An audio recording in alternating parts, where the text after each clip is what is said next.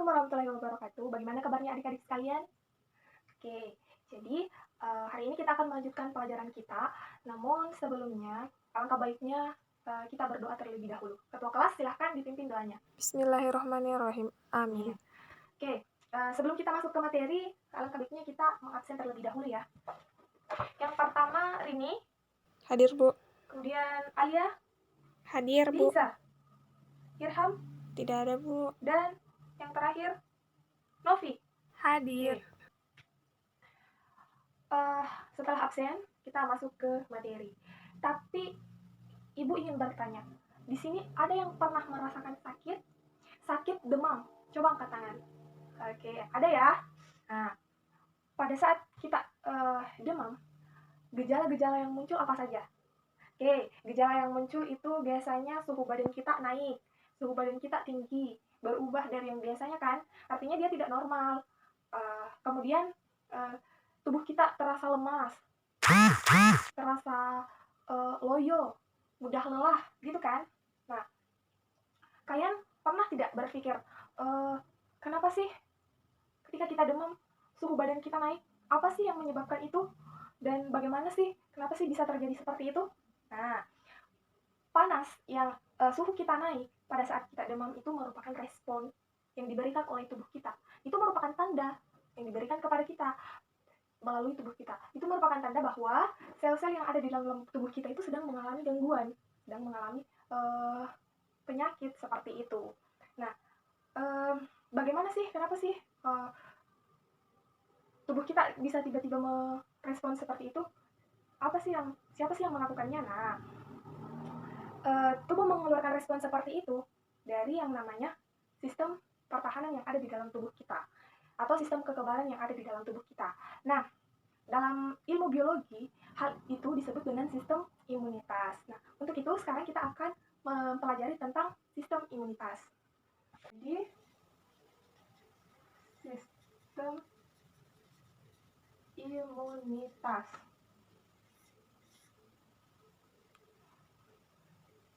Yang pertama, sebelum kita melangkah lebih jauh, kita akan mempelajari dulu tentang apa sih sistem imunitas itu. Nah, sistem imunitas merupakan sistem pertahanan di dalam tubuh kita yang berperan dalam mengenal, kemudian menghancurkan, ataupun menetralkan sel-sel yang tidak normal yang ada dalam tubuh kita yang berpotensi untuk merugikan tubuh kita. Nah, kemudian yang kedua, kita akan mempelajari tentang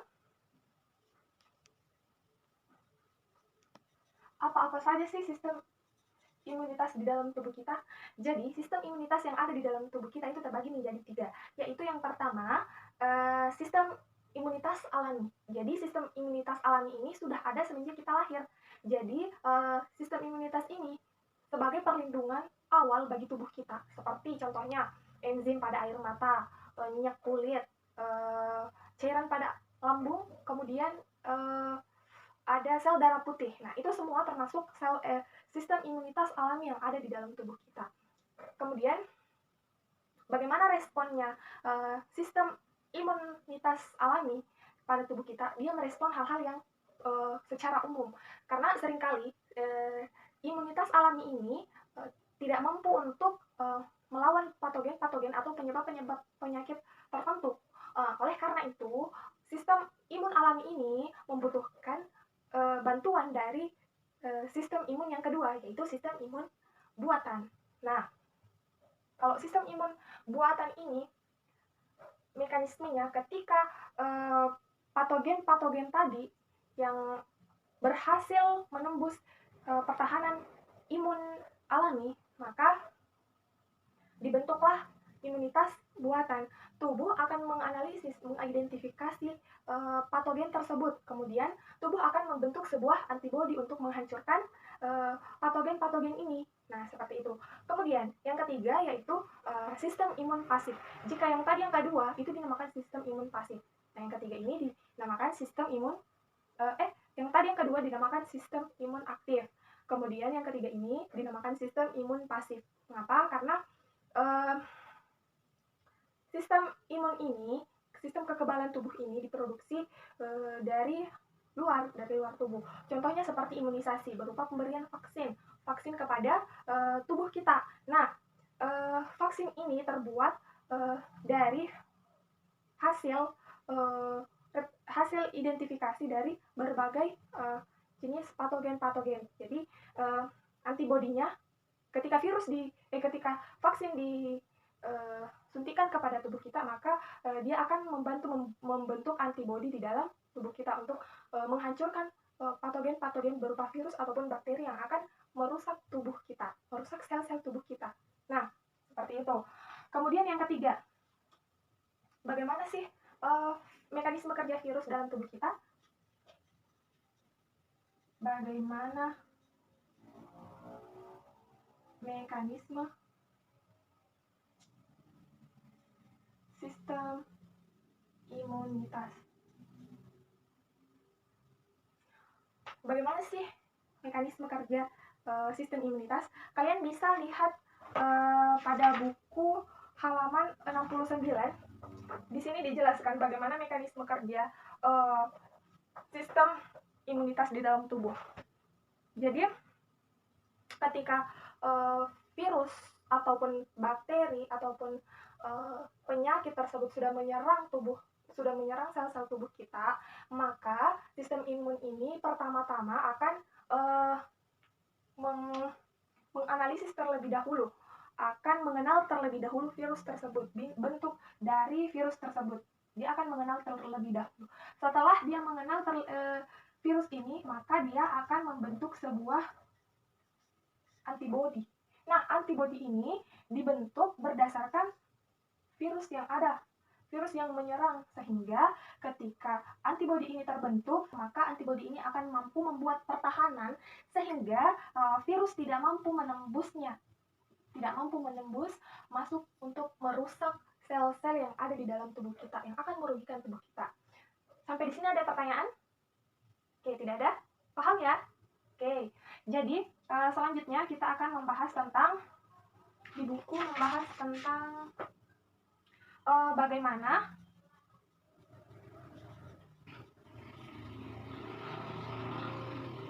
jadi di buku menjelaskan tentang bagaimana meningkatkan sistem imunitas. Untuk meningkatkan sistem imunitas ada beberapa hal yang dapat dilakukan. Itu yang pertama, seperti menjaga pola makan, tentunya dengan mengkonsumsi makanan-makanan yang bergizi dan seimbang. Nah, kemudian yang kedua, mengkonsumsi makanan-makanan yang mengandung zat besi yang dapat menunjang daya tahan tubuh. Kemudian mengkonsumsi makanan-makanan yang mengandung vitamin C, menjaga istirahat, pola makan, kemudian rajin mencuci tangan, kemudian rajin berolahraga, menerapkan pola hidup yang sehat, dan menjaga kebersihan diri sendiri. Itu merupakan beberapa hal yang umum yang bisa kita lakukan untuk meningkatkan sistem imunitas kita. Oke, mungkin materinya sampai sini. Di sini saya punya LKS. LKS ini kalian kerjakan. Silahkan kalian kerjakan. Oke, silakan. Nanti setelah kalian mengerjakan, kalian akan mempresentasikan hasil kerja kalian di depan sini. Dan sebagai bentuk review pembelajaran materi kita pada hari ini.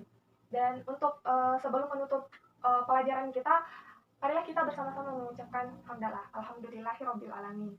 Dan sampai jumpa di materi selanjutnya. Kemudian ada yang bisa simpulkan materi kita hari ini? Ya, silahkan. Oke, terima kasih atas kesimpulan yang telah diberikan. Dan sebelum kita mengakhiri pelajaran hari ini, alangkah baiknya kita membaca doa terlebih dahulu. Ketua kelas silahkan memimpin doanya. Amin. Ibu ucapkan Assalamualaikum warahmatullahi wabarakatuh.